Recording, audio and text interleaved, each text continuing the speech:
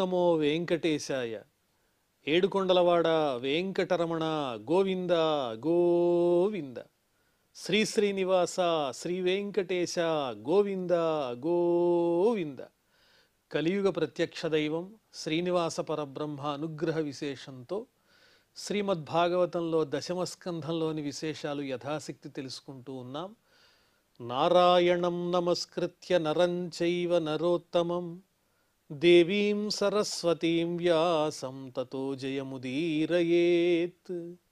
సుఖయోగీంద్రుల వారు పరీక్షిన్ మహారాజునకు శ్రీకృష్ణస్వామి దివ్యలీలా విశేషాలను వర్ణించి చెబుతూ ఉన్నారు. మనం దశమస్కంధంలో 60వ అధ్యాయంలో ప్రవేశించాం. శ్రీ సుఖౌవాచ కర్హిషిత్ సుఖమాసీనం స్వతల్పస్థం జగద్గురుం పతిం పర్యచరద్భైష్మీ వ్యజనేన సఖీజనైః.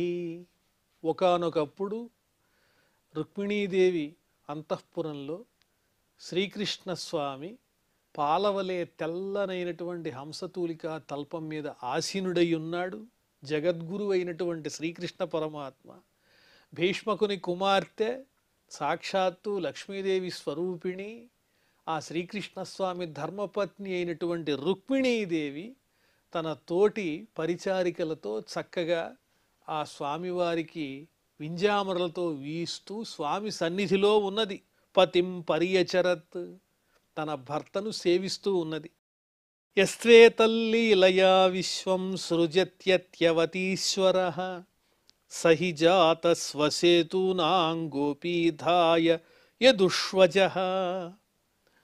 తన లీలతో ఏ పరమాత్ముడైతే తన లీలతో ఈ విశ్వాన్ని మొత్తాన్ని కూడా సృష్టిస్తున్నాడో, రక్షిస్తున్నాడో, అలాగే లయం చేస్తున్నాడో, ఈ జగత్తుకి అతీతమై ఉన్నాడో, కాలాతీతుడో, అటువంటి పరమాత్ముడే తన లీల కోసం, లోకమర్యాదలను రక్షించటం కోసం, మానవ రూపంలో ధర్మరక్షణ కోసం ఈ భూమి మీద అవతరించి ఉన్నాడు.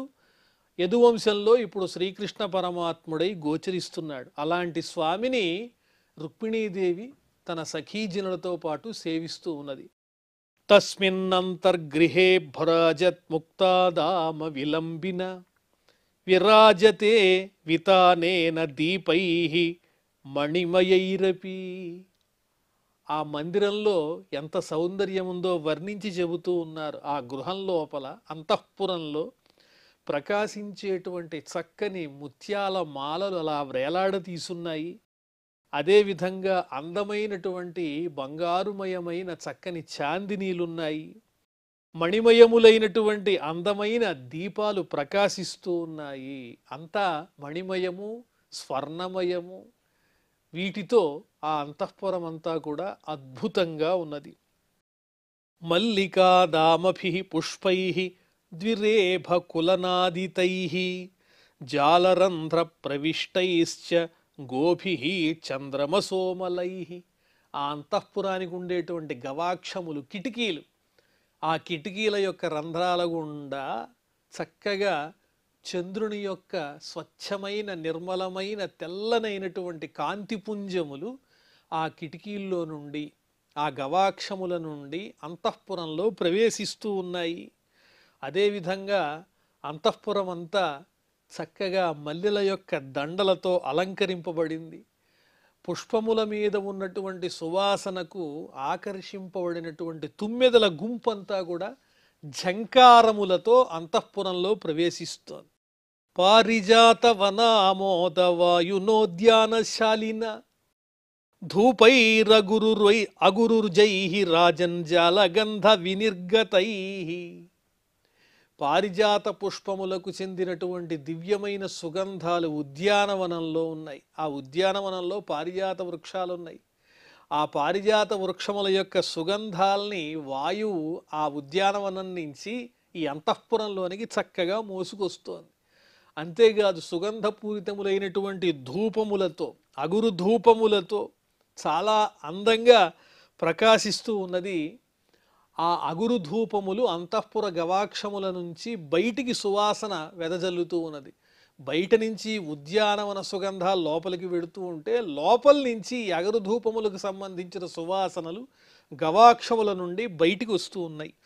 పయఃఫేన నిభే శుభ్రే పర్యంకే కశిపోత్తమే ఉపతస్థే సుఖాసీనం జగతామీశ్వరం పతిం. పయఃఫేన నిభే, పాలవలే తెల్లనైనటువంటి చక్కని అందమైన చక్కటి శయ్యయందు, పరిశుభ్రమైనటువంటి శయ్య మీద ఆ శ్రీకృష్ణస్వామి సుఖంగా ఆసీనుడై ఉంటే రుక్మిణీదేవి సేవిస్తూ ఉన్నది. వాలవ్యజనమాదాయ రత్నదండం సఖీకరాత్ తేన విజయతే దేవి ఉపాసాంచక్ర ఈశ్వరం. తన సఖి చేతిలో, తన పరిచారికి చేతిలో ఉన్నటువంటి మణులు పొదిగిన ఒక దండము కలిగినటువంటి వ్యజనాన్ని, విసనకర్రని తాను తీసుకుని, నువ్వాగు, నా పతిదేవునికి నేనే సేవ చేస్తాను అని ఆ మణులు పొదిగినటువంటి విసినికర్రను, వ్యజనాన్ని తానే తీసుకుని చక్కగా ఆ శ్రీకృష్ణ స్వామిని సేవిస్తూ ఉన్నది. రుక్మిణీదేవి ప్రేమతో పతిసేవలో నిమగ్నయ్యి ఉంది. సోపాచ్యుతం కొణయతి మణినూపురాభ్యాం రేజేంగుళీయ వలయ వ్యజనాగ్రహస్థ వస్త్రాంతగూఢకుచ కుంకుమ శోణహార భాసా నితంబధృతయా చ పరార్ఘ్య కాంచ్య. ఆ రుక్మిణీదేవిని వర్ణిస్తున్నారు ఈ శ్లోకంలో. చక్కగా కాలికున్నటువంటి నూపురములు అవి గలగలా మ్రోగుతూ ఉన్నాయి, మంగళమైన ధ్వని వస్తోంది. రుక్మిణీదేవి కాలి అందెల నుంచి వచ్చేటువంటి దివ్యమైనటువంటి చక్కని మనోహరమైన శబ్దాలు. అదేవిధంగా ఆ రుక్మిణీదేవి అంగుళి వ్రేళ్లకు ధరించినటువంటి అంగుళీయకము, హస్తములకు ధరించినటువంటి బంగారు ఖచ్చితమైనటువంటి కంకణాల యొక్క వరుసలు, వాటి యొక్క శబ్దాలు, ఆ శబ్దాలు వస్తూ ఉంటే హాయిగా విస్నికర్రతో విసురుతూ ఉన్నది. వస్త్రాంతగూఢ కుజ కుంకుమ శోణహార భాస, ఆమె ధరించినటువంటి ముత్యాలమాలల యొక్క వరుసలు, అవి తెల్లగా ఉండేటువంటి హారాలు, ఆమె హృదయ భాగమునందున్నటువంటి కుంకుమ యొక్క వర్ణము అంటుట చేత తెల్లనైన ఆ హారాలు ఎర్రనైనటువంటి కాంతితో కనిపిస్తూ ఉన్నాయి. అలా కుచ కుంకుమ శోణహార భాస, తెల్లనైనటువంటి ఆ ముత్యాల హారాలు ఎర్రనైన వర్ణ వికారము కలిగి చక్కగా శోభిస్తూ ఉన్నాయి.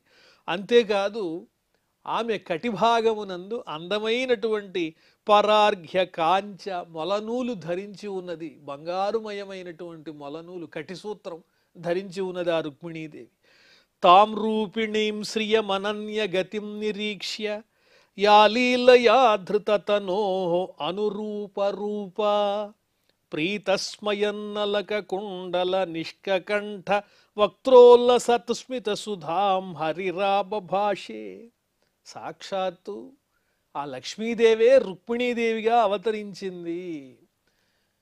ఎప్పుడెప్పుడైతే పరమాత్ముడు లీలగా తాను ఈ భూమి యందు అవతారాలు ధరిస్తూ ఉంటాడో, స్వామిని అనుసరించి అమ్మవారు కూడా, లక్ష్మీదేవి కూడా శ్రీ మహావిష్ణువుని అనుసరించి ఆయా రూపములు ధరించి సేవిస్తూ ఉంటుంది. అలాగే ఈ ద్వాపర యుగంలో శ్రీ మహావిష్ణువు కృష్ణుడైతే ఆ లక్ష్మీదేవి రుక్మిణిగా అవతరించి సేవిస్తూ ఉంది. అనురూప రూప, రూపంలో కానీ గుణాల్లో కానీ అన్నింటిలో సమానమైనటువంటి స్థాయి కలిగినటువంటి ఆ లక్ష్మీదేవే ఈ రుక్మిణీదేవి కృష్ణస్వరూపుడైన విష్ణువుని సేవిస్తూ ఉన్నది.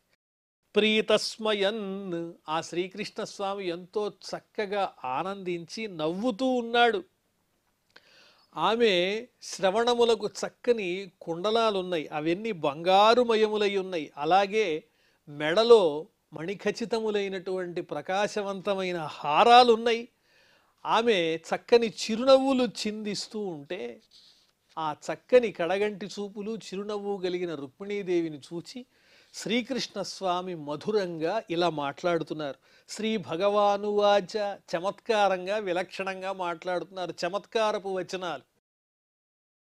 ఆ రుక్మిణీదేవి యొక్క మనస్సుని గ్రహించటం కోసం ఆ రకంగా మాట్లాడుతున్నారు. రాజపుత్రీప్సితా భూపై లోకపాల విభూతిభి మహానుభావై శ్రీమద్భి రూపౌదార్య బలోర్జితై. ఓ రుక్మిణి, నిన్ను ఎంతోమంది వరించారు, రాజపుత్రులు ఎంతోమంది నిన్ను పరిణయమాడాలనుకున్నారు. మహాసంపన్నులైనటువంటి గొప్ప గొప్ప క్షత్రియులంతా కూడా మహానుభావులు, శ్రీమంతులైనటువంటి వాళ్ళు, అంతులేని సంపదలు, అలాగే రూపము బలము ఇవన్నీ కలిగినటువంటి వాళ్ళు, తేజస్సు కలిగిన మహానుభావులైన క్షత్రియ వంశోద్భవులైనటువంటి మహారాజులందరూ నిన్ను భార్యగా పొందాలని వాళ్ళు ఊహించుకున్నారు పాపం. తాన్ ప్రాప్తానర్థినో హిత్వా చైద్యాదీన్ స్మరదుర్మదాన్ దత్తా భరాత్రా స్వపిత్రా చ కస్మాన్నో వవృషే అసమాన్. పైగా నీ తండ్రి అయినటువంటి భీష్మక మహారాజు, నీ సోదరుడైనటువంటి రుక్మి, వాళ్ళిద్దరూ కూడా నిన్ను ఆ చేదిరాజైన ధమఘోషుని పుత్రుడైన శిశుపాలుడికి ఇవ్వాలని నిర్ణయించుకున్నారు, కానీ నాకిచ్చి వివాహం చేయాలని వాళ్ళు అనుకోలేదుగా. కానీ అలాంటి వైభవ సంపన్నులు, పరాక్రమ సంపన్నులు అయినటువంటి ఆ శిశుపాలాదులందరినీ విడిచిపెట్టేసి, మహారాజుల్ని ఎవరిని కాదని తిరస్కరించి, మీ అన్నయ్య తండ్రి వేరొకరికిచ్చి వివాహం చేయాలని కోరుతున్నా కూడా నన్నెందుకు వరించావు రుక్మిణి నువ్వు? కస్మా అన్నో వౌరుషే అసమాన్. నేను ఎందులో సమానమైన వాణ్ణి? ఐశ్వర్యంలోనా, పరాక్రమంలోనా, తేజస్సులోనా? ఆ రాజులతో ఎందులోనూ నేను సమానమైన వాణ్ణి కాదే. అలాంటి నన్ను నువ్వెందుకు వరించావు? అంతటి మహానుభావులైనటువంటి మహారాజుల్ని కాదని ఓ పక్క నీ తండ్రి అన్నయ్య చెబుతూనే ఉన్నారు కదా, అయినా నువ్వెందుకు అలా చేశావు? నన్నెందుకు వరించావు? నేను నీకు సమానమైన వాణ్ణేనా ఎందులోనైనా? రాజభ్యో బిభ్యత శుభ్రూ సముద్రం శరణంగతాన్ బలవద్భి కృతద్వేషాన్ ప్రాయః త్యక్త నృపాసనాన్. రాజసింహాసనాన్ని విడిచిపెట్టి రాజులందరికీ భయపడి, జరాసంధుడు మొదలైన వాళ్ళకి భయపడి నేను సముద్రంలో దాక్కున్నాను. సముద్రంలో ద్వీపాన్ని ఏర్పాటు చేసుకుని, ఇక్కడ ద్వారకా నగరం అని ఏర్పాటు చేసుకుని ఎవరూ ప్రవేశించకుండా ఇక్కడ దాక్కున్నాను నేను, ఆ రాజులకి భయపడి. జరాసంధుడు ఇత్యాది మహాపరాక్రమ సంపన్నులైనటువంటి మహారాజులు ఎంతమంది బలవంతులున్నారో వాళ్ళందరితో నేను వైరం పెట్టుకున్నాను. వాళ్ళందరికీ నేనంటే శత్రుత్వమే. వాళ్ళందరికీ భయపడి నేను దాక్కునున్నాను. ఇదంతా చమత్కారంగా మాట్లాడుతున్నాడు కృష్ణ పరమాత్మ కాసేపు. అస్పృష్ట వర్త్మనాం పుంసాం అలోకపథమీయుషాం ఆస్థితా పదవీం శుభ్రూ ప్రాయః సీదంతి యోషితః. పైగా నేను ఎలాంటి వాడిని? అస్పృష్ట వర్త్మనాం, అందరూ వెళ్ళేటువంటి దారిలో కాకుండా నేను ప్రత్యేకమైన మార్గంలో వెడుతూ ఉంటాను.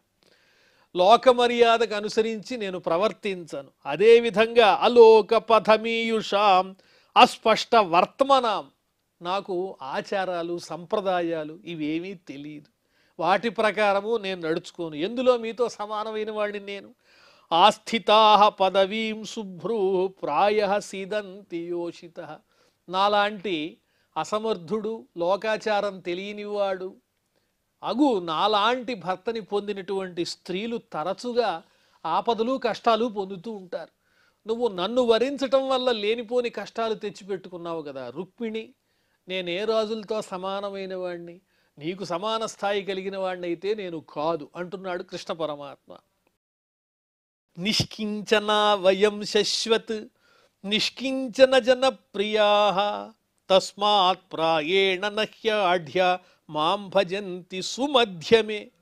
నిష్కించన వయం శశ్వత్, మా దగ్గర ఏమీ లేదు, నేను ధనహీనుడను, ఏ విధమైన ప్రభావము లేనటువంటి వాడిని. అలాగే నన్ను ఆశ్రయించేటువంటి నా భక్తజనం కూడా ఏమీ లేని వాళ్లే నన్ను ఆశ్రయిస్తూ ఉంటారు. నిష్కించన జనప్రియా, నిష్కించన జనప్రియా. అలాగే ఏమీ లేని కష్టాల్లో ఉన్నటువంటి వాళ్ళు, దరిద్రులైనటువంటి వాళ్ళు, ఇలాంటి వాళ్లే నన్ను ఆశ్రయించి నన్ను భజిస్తూ ఉంటారు. నా దగ్గర ఏమీ లేదు, నేను కూడా వాళ్ళంటేనే ఇష్టపడుతూ ఉంటాను. తస్మాత్ ప్రాయేణ నహ్యాఢ్య. అందువల్ల సహజంగా ఎవరైతే ధనబలము, అంగబలము, ఐశ్వర్యం కలిగిన వాళ్ళు ఉంటారో గొప్పవాళ్ళు, వాళ్ళెవ్వరూ నన్ను స్తుతించరు, నా దగ్గరికి రారు, నన్ను గౌరవించరు. ఓ చక్కని సౌందర్యము కలిగిన, చక్కని నడుము కలిగిన ఓ రుక్మిణి, నేను చెప్పేది వింటున్నావా? ఎవరి దగ్గర అయితే ధనం ఉండదో ఏమీ ఉండదో అలాంటి యాచకులు లాంటి వాళ్ళే నా దగ్గరికి వచ్చి అర్థిస్తూ ఉంటారు. నా దగ్గర ఏమీ లేదు. అలాంటి వాళ్ళనే నేను ఇష్టపడుతూ ఉంటాను. ఐశ్వర్యవంతులు గొప్ప గొప్ప వాళ్ళంతా నా దగ్గరికి రారు, నన్ను స్తుతించరు. కానీ నువ్వు నన్ను వరించావు. యయోరాత్మ సమం విత్తం జనైశ్వర్యా కృతిర్భవ తయోర్వివాహో మైత్రీ చ నోత్తమాధమయో క్వచిత్. వివాహం చెయ్యాలంటే ప్రధానంగా చూడవలసింది ఏమిటి? వధూవరుల యొక్క స్థాయి సమానంగా ఉండాలి కదా. ఆ సమత్వం ఇక్కడ ఎక్కడుంది?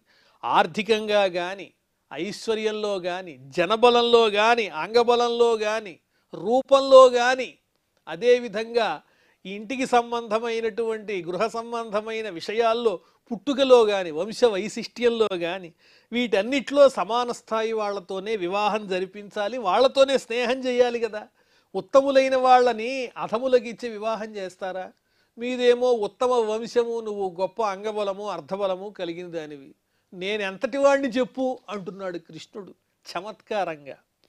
వైదర్భ్యేతద విజ్ఞాయ త్వయా దీర్ఘ సమీక్షయ వృతావయం గుణైర్హీనా భిక్షుభి శ్లాఘితాముధ. ఓ వైదర్భి, ఓ విదర్భరాజపుత్రి, ఈ నిజాన్ని నువ్వు తెలుసుకోలేక, దూరదృష్టి లేక, అదీర్ఘ సమీక్షయ, బాగా ఆలోచించలేదు. నువ్వు నన్ను వరించావు కానీ నన్ను వరించటం వల్ల ఏ కష్టాలు వస్తాయో నువ్వు ఊహించలేదు. నాకన్నా గొప్పవాళ్ళు చాలామంది ఉన్నారు కదా.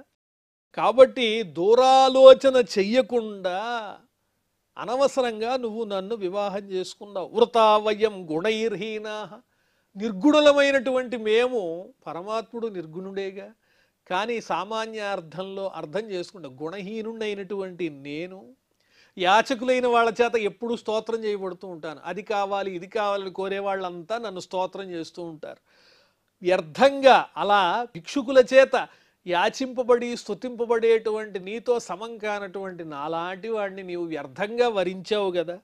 అధాత్మనోను రూపం వై భజస్వ క్షత్రియర్షభం ఏనత్వమాశిష సత్యాహ ఇహాముత్ర చ లప్స్యసే. ఇప్పటికైనా నీకు తగినటువంటి క్షత్రియోత్తముణ్ణి నీవు సేవించదలుచుకుంటే నాకే విధమైనటువంటి ఇబ్బంది లేదు. ఏనత్వమాశిష సత్యా ఇహ అముత్ర చ లప్స్యతే. అలా చేస్తే ఇహపరాల్లో నువ్వు చక్కగా సుఖాన్ని పొందుతావు వైదర్భి. చైద్యపాల జరాసంధ దంత వక్త్రాదయో నృపాః మమ ద్విషంతి వామోరు రుక్మీ చాపి తవాగ్రజః. చేదిరాజైనటువంటి ఆ శిశుపాలుడు, జరాసంధుడు, సాల్వుడు, దంతవక్తుడు ఇత్యాదిగా కలిగిన ఆ రాజకులమంతా, సమూహమంతా మమ ద్విషంతి, నన్నెప్పుడూ ద్వేషిస్తూనే ఉంటారు. వాళ్ళు చాలా బలం కలిగిన వారు. ఓ చక్కని సౌందర్యము కలిగినటువంటి ఓ రుక్మిణి, నీ అన్నగారైనటువంటి రుక్మి, తవాగ్రజ రుక్మీ చాపి, మీ అన్నగారు కూడా నన్ను ద్వేషిస్తూనే ఉంటాడుగా. మీ ఇంట్లో కానీ, మీ ఇంటికి సంబంధించిన మిత్రవర్గంలో కానీ నాకు మంచి పేరు లేదు. వాళ్ళందరూ నన్ను ద్వేషిస్తూనే ఉంటారు. వాళ్ళ పరాక్రమవంతులు. తేషాం వీర్య మదాంతానాం దృప్తానాం స్మయనుత్తయే ఆనీతాసి మయా భద్రే తేజోపహరత అసతాం. మాకు బలముంది అని మదించి ఆ మదంతో అజ్ఞానులు, గుడ్డివాళ్ళు అయినటువంటి ఆ అహంకరించిన రాజుల యొక్క మదాన్ని పోగొట్టడం కోసమే నేను నిన్ను తీసుకుని వచ్చాను. వాళ్ళ తేజస్సుని తిరస్కరించటం కోసమే. తేజోపహరత అసతాం మయా ఆనీత శిభద్రే. ఓ మంగళస్వరూపిణి, ఆ దుర్మార్గులైనటువంటి చేదిరాజు, జరాసంధుడు ఇత్యాదుల యొక్క అహంకారాన్ని, మదాంధత్వాన్ని నాశనం చేయటం కోసమే నిన్ను నేను తీసుకుని వచ్చాను అక్కడి నుంచి. ఉదాసీన వయం నూనం నస్త్రియపత్యార్థకాముకా ఆత్మలబ్ధ్యా స్మహే పూర్ణా గేహయో జ్యోతిరక్రియా. నేనెప్పుడూ తటస్థంగా ఉండేటువంటి వాణ్ణే. నాకేమీ మమకారాలు, వికారాలు ఏమీ లేవు. భార్య కావాలని కానీ, సంతానం కావాలని కానీ, సంపదలు కావాలని కానీ ఇవి నేను ఎప్పుడూ కోరుకోవటం లేదు. రెండు గోడల మధ్య ఉన్నటువంటి దీపంలాగా ఒక చోట నిలిచి ఉండేటువంటి వాణ్ణి, క్రియారహితుండై నిత్యాత్మ బుద్ధితో మెలుగుతూ ఉండేవాణ్ణే తప్ప నేనంత భార్య కావాలి, సంతానం కావాలి, బంధువులు కావాలి అని కోరుకునేటువంటి వాణ్ణి మాత్రం కాదు. శ్రీ సుకౌవాచ ఏతావదుక్త్వా భగవానాత్మానం వల్లభామివ మన్యమానామ విశ్లేషాత్ తద్దర్పఘ్న ఉపారమత్. ఈ విధంగా పరమాత్ముడైన శ్రీకృష్ణస్వామి రుక్మిణీదేవిని పరీక్షించటం కోసం ఇలా మాట్లాడారు. ఎప్పుడూ కృష్ణస్వామి నాతోనే ఉంటారు, నన్ను విడిచి ఎక్కడికి వెళ్ళలేరు, నేనంటే ఆయనకి అమితమైన ప్రేమ అనే భావన రుక్మిణీదేవిలో ఉన్నది. ఆ భావన నుంచి దూరం చెయ్యాలి, ఆమెలో ఏదైనా ఎత్కించిత అహంకారం ఉంటే అది పోవాలి అన్నట్లుగా. అప్పుడు గోపికలు ఏ విధంగానైతే కృష్ణుడు మాతోనే ఉన్నాడు అని భావన చేయంగానే అంతమంది గోపికల మధ్య నుంచి కృష్ణుడు అంతర్ధానమై మళ్ళీ అంతకు మించి రెట్టింపైనటువంటి చక్కటి ప్రేమతో వాళ్ళని అనుగ్రహించాడో అదే విధంగా ఇప్పుడు కూడా రుక్మిణీదేవిని తన వచనములతో కొంచెం కష్టపెట్టి ఆ తరువాత మళ్ళీ ఆమెకు అమితమైనటువంటి చక్కటి ప్రేమను అందించాలనే ఉద్దేశ్యంతోనే ఆ గోపికలను పరీక్షించినట్లుగా ఈ రుక్మిణీదేవి వద్ద కూడా ఈ విధంగా చమత్కారపూరితమైన వచనాలు మాట్లాడాడు. ఇతిలోకేశపతేస్తదాత్మనః ప్రియస్య దేవ్య శ్రుత పూర్వమప్రియం ఆశ్రుత్య భీతా హృతి జాతవేపథు చింతాం దురంతాం రుదతి జగామః. ముల్లోకాలకు అధిపతి అయినటువంటి పరమాత్మ స్వరూపుడైన ఆ శ్రీకృష్ణస్వామి ఈ విధంగా మాట్లాడటం ఆవిడ ఎప్పుడూ వినలేదు. అశ్రుత పూర్వం, ఇంత అప్రియంగా, ప్రియం లేనటువంటి కఠినమైన మాటలు పరుషంగా శ్రీకృష్ణస్వామి రుక్మిణితో ఇంతవరకు ఎప్పుడూ మాట్లాడలేదు. అలాంటి మాటలు కృష్ణస్వామి మాట్లాడేసరికి తట్టుకోలేకపోయింది పాపం రుక్మిణీదేవి. ఆశ్రుత్య భీత, భయపడిపోయి కృష్ణస్వామి నన్ను విడిచిపెట్టేస్తాడేమో అనే ఆలోచన వచ్చింది. హృది జాత వేపథు, హృదయమునందు పుట్టినటువంటి వేపథు, వణుకు కలిగినటువంటిదై, దురంతాం చింతాం, చాలా దారుణమైన దుఃఖాన్ని పొంది, రుదతి జగామహ, పాపం దుఃఖిస్తోంది, కళ్ళ వెంట నీళ్లు కారిపోతున్నాయి. ఎప్పుడూ మాట్లాడని కృష్ణస్వామి ఈ విధంగా అప్రియమైనటువంటి కఠినమైన పరుషమైన వాక్యాలు మాట్లాడేసరికి ఊహింపనలవి గాని ఈ మాటలు ఆ రుక్మిణీదేవి ఎప్పుడైతే విన్నదో ఆమెకు భయం వేసింది. అలాగే శరీరంలో వణుకు కూడా మొదలయ్యింది. పదా సుజాతేన నఖారుణశ్రియ భువం లిఖంత్యశ్రుభిరంజనాసితై ఆసించతి కుంకుమ రూషితౌస్తనౌ తస్థావధోముఖి అతి దుఃఖరుద్ధవాక్. ఆమె తన కాలితో నేల మీద గీస్తూ ఉన్నది. ఆ కాలికున్నటువంటి నఖములు, గోళ్ళు, అవి ఎర్రనైనటువంటి కాంతి కలిగి ఉన్నాయి. ఆ ఎర్రనైన కాంతి కలిగినటువంటి తన పాదముల యొక్క వేళ్లతో ఆ భూమిని లిఖిస్తూ, అశ్రుభి, కన్నీటితో నిండినటువంటిదై ఆ కన్నీరు కారుతూ ఉన్నది. ఆ కన్నీరు ఏ వర్ణంలో ఉందంటే నల్లగా ఉంది. ఎందువల్ల? కంటికున్నటువంటి కాటుకతో ఆ నీరు కూడి ఉండటం చేత నల్లనైన కన్నీరు అలా కారి కారి జారి, ఆసించతి కుంకుమ రూషితౌస్తనౌ, హృదయ భాగమునందు అలదుకున్నటువంటి కుంకుమ సంబంధమైనటువంటి లేపనం అంతటినీ కూడా ఆ కన్నీళ్లు చెదరగొడుతూ ఉన్నాయి. నల్లనైనటువంటి కన్నీళ్లు చెదరగొడుతూ ఉన్నాయి. తస్థావధోముఖి అతి దుఃఖరుద్ధవాక్, తల వంచుకుని ఏం చెప్పాలో తెలియక, ఇన్నాళ్ళు ఎప్పుడూ మాట్లాడనటువంటి కృష్ణస్వామి ఇంత కఠినంగా మాట్లాడేసరికి తట్టుకోలేక దుఃఖంతో గద్గదమైనటువంటి కంఠము కలిగినదై తన కాలి వేళ్లతో భూమిని అలా గీటుతూ ఏం చెయ్యాలో తెలియని పరిస్థితిలో అలాగే నిలిచిపోయింది ఆ రుక్మిణీదేవి. మరి ఆ తరువాత ఏం జరిగిందో మనం మళ్ళీ తెలుసుకుందాం. ప్రస్తుతం క్షమాప్రార్థనాదులతో ఈ కార్యక్రమాన్ని పరిసమాప్తం చేసుకుందాం. అథ క్షమాప్రార్థన. యదక్షరపదభ్రష్టం మాత్రాహీనంచ యద్భవేత్ తత్సర్వం క్షమ్యతాం దేవ నారాయణ నమోస్తుతే.